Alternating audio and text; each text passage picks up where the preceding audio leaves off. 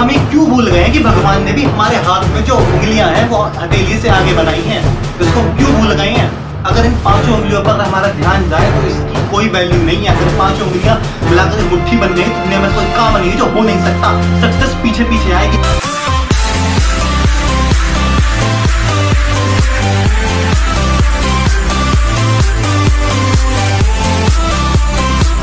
Hi youths, this is Shubham Mishra. हमारी जिंदगी में हर चीज के 2 पहलू होते हैं, एक साइंटिफिक और एक फिलोसफिक। अगर मैं आपसे क्वेश्चन करूं या कोई भी मनुष्य दूसरे इंसान से क्वेश्चन करे हु इज एजुकेटेड, तो साइंटिफिक तरीके से हम क्या कहेंगे? देखिए साहब, ये मेरी डिग्री है, मैं एजुकेटेड हूं। लेकिन फिलोसफी भी एक चीज होती है, हमारी जिंदगी का एक बहुत ही इंपॉर्टेंट पार्ट फिलोसफी के अकॉर्डिंग ही तय होता है। फिलोसफी क्या कहती है? According to philosophy what is education, या according to philosophy who is educated. क्या आप एजुकेटेड हो? क्या मैं एजुकेटेड हूं? क्या कोई भी इंसान एजुकेटेड है फिलोसफी के अकॉर्डिंग? अब हमें फिलोसफी के अकॉर्डिंग पता ही नहीं है कि फिलोसफी क्या कहती है। कुछ फिलोसफी के रूल्स, कुछ फिलोसफी के नियम जिनके अकॉर्डिंग, जिनके बेसिस पर हम ये आज जानेंगे कि कौन होता है एजुकेटेड या कौन है एजुकेटेड। एक पर्सन जो ये जानता है व्हाट इज लाइफ या what is the value of life, वो होता है एजुकेटेड। केवल डिग्रीज दिखाते रहना एजुकेशन नहीं है।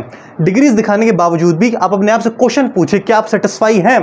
हमारी ज़िंदगी में ऐसा कोई दुख नहीं है कि आज मैं बहुत दुखी हूँ, मेरी ज़िंदगी बिल्कुल सेटिस्फेक्शन। आज अभी लॉकडाउन चल रहा है, आप किसी भी इंसान से फ़ोन कर कर पूछेंगे भाई ज़िंदगी कैसे चल रही है, तो क्या कहेगा? यार कट रही है, कटने दो, चल रही है, चलने दो। क्योंकि उनको ये पता ही नहीं कि मैं ज़िंदगी काटने नहीं, मैं ज़िंदगी जीने आया हूँ।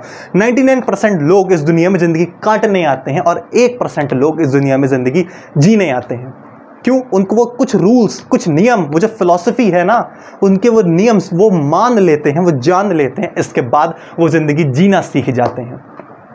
हमें क्यों बार बार ज़रूरत पड़ती है किसी ऐसे इंसान की जो हमको ये बता सके भैया मुझको करना क्या है? हम खुद क्यों नहीं जान पाते कि मुझको करना क्या है? हम क्यों दूसरे इंसान से एक क्वेश्चन मार्क पूछते हैं, क्वेश्चन पूछते हैं? हमारी जिंदगी में क्वेश्चन मार्क बन गया है, हु इज एजुकेटेड, या मैं क्या करूं? सबसे पहला जो पॉइंट है, जो एजुकेटेड है वो ये जानता है, वो ये मानता है उसके हालात क्या हैं। दैट मीन्स वो अपने कंडीशन, अपनी सिचुएशन को एक्सेप्ट करता है। हमारे साथ अक्सर ऐसा होता है कि अगर कुछ अच्छा हमारे साथ होता है तो हम कहते हैं ये मेरी वजह से हुआ, लेकिन अगर कुछ गलत होता है तो हम बोलते हैं यार सब भगवान की गलती है, वो जो करता है सब मेरे साथ ही करता है, हर चीज़ मेरे साथ ही गलत हो रही है। और फिर हम कहते हैं जो भी कुछ होता है वो हमारे कर्मों के अकॉर्डिंग डिसाइड होता है। तो हम खुद ही कंफ्यूज हैं कि सही क्या है। सही सिर्फ यही है कि जो भी इंसान जान लेता है कि ये जो सिचुएशंस मेरी लाइफ में क्रिएट हुई हैं इन सब की रिस्पॉन्सिबिलिटी मेरी है, वही है एजुकेटेड। अगर आज कुछ अच्छा मेरी लाइफ में हो रहा है तो वो मेरे कारण है, आज कुछ अगर बुरा मेरे लाइफ में हो रहा है तो मेरे कारण है। सपोज कीजिए अगर भूख मुझे लगी है तो खाना कौन खाएगा? मैं खाऊंगा। सपोज कीजिए अगर प्यास किसे लगी है, अगर प्यास मुझे लगी है तो पानी कौन पिएगा? मैं पीऊंगा। तो ऐसे ही अगर मुझको अपनी लाइफ में कुछ भी फेस करना पड़ रहा है तो ये सब मेरे ही अकॉर्डिंग या मेरे ही एक्ट हैं जिनको हम एक्सेप्ट नहीं करते। अगर मैं या कोई भी इंसान इस बात को सोचने, एग्जाम्पल लेते हैं, कोई भी इंसान अगर जेई की प्रिपरेशन कर रहा है, कोई भी इंसान अगर यूपीएससी की प्रिपरेशन कर रहा है, वो अगर उसमें फेल हो जाता है तो किसकी गलती है? उसकी गलती है। अगर वो पास हो जाता है तो किसकी अच्छी बात है? उसकी अच्छी बात है। क्यों? क्योंकि उसने उसको एक्सेप्ट कर लिया। जो इंसान अपने लाइफ में जो भी कुछ कंडीशंस हो रही हैं वो उसे एक्सेप्ट कर लेता है, वो इंसान एजुकेटेड है। हम सिर्फ ये बोलते हैं भाई मेरे लाइफ में बहुत प्रॉब्लम चल रही है। प्रॉब्लम वो होती है जिसका सोल्यूशन नहीं होता, और ऐसी कोई प्रॉब्लम नहीं बनी जिसका सोल्यूशन इंसान के पास नहीं है। प्रॉब्लम्स वो होती हैं जिनका सोल्यूशन नहीं है। मैथ्स में प्रॉब्लम होती है तब हम सोल्यूशन ढूंढते हैं, जिसका सोल्यूशन है वो होती है सिचुएशन। अगर जिस सिचुएशन को हम एक्सेप्ट नहीं कर पाते या जिस सिचुएशन का हमारे पास आंसर नहीं है वो बन जाती है प्रॉब्लम। हमने खुद अपनी एक लाइफ प्रॉब्लम बना ली है कि मेरी लाइफ में सिर्फ और सिर्फ प्रॉब्लम है। क्यों? क्योंकि मैं जिंदगी काटने आया हूं। तो यार अगर आप अपनी लाइफ में जो कंडीशंस हैं वो खुद ही एक्सेप्ट नहीं कर सकते, दूसरों को क्या बताओगे? अगर मैं अपने कमिटमेंट खुद जो मैंने खुद से किए हैं वो मैं पूरे नहीं कर पा रहा, दूसरे दिए कमिटमेंट मैं क्या पूरे करूंगा? इसलिए जो हमारे लाइफ में चल रहा है उसको एक्सेप्ट जो करता है वो है एजुकेटेड। दूसरा, जो इंसान दूसरे इंसान से वही बिहेव करे जो वो खुद चाहता है वो है एजुकेटेड। ये पूरी दुनिया एक मिरर की तरह है, हम सभी जानते हैं। ये जो पूरी दुनिया है एक मिरर की तरह है, और उस मिरर में जैसा हम होते हैं हमें वैसा ही दिखाई देता है। एग्जैक्टली यही हमारी लाइफ में होता है। जो भी हम करते हैं आउटकम बिल्कुल वैसा आता है। इंग्लिश जो एक आइडियम है ना, टिट फॉर टैट, ये एक यूनिवर्सल ट्रुथ है।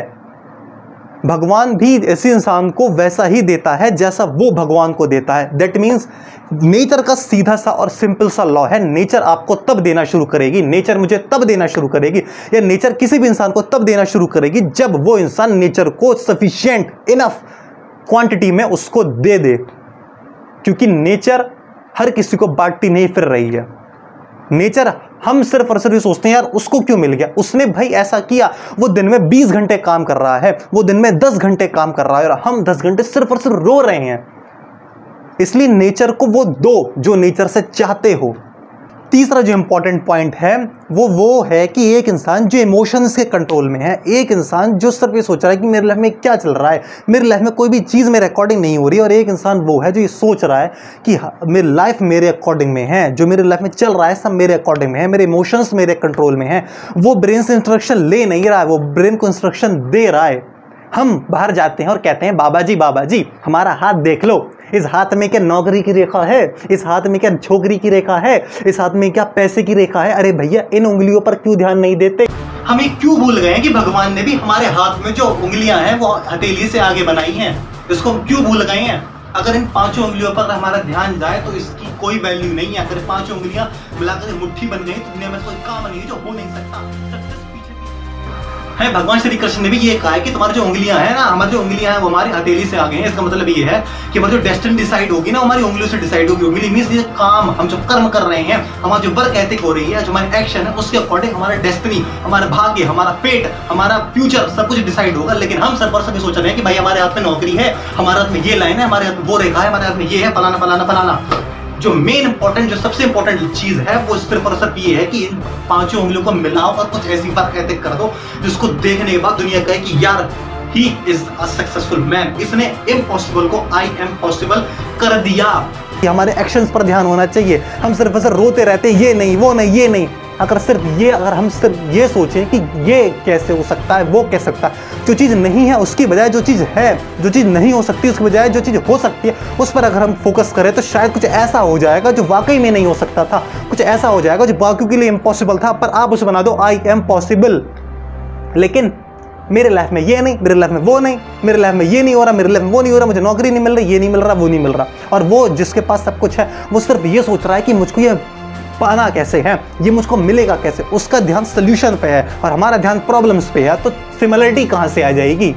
कहाँ से आएगी सिमिलरिटी? कुछ फील आ रही है, कुछ फील आ रहा है इस वीडियो में?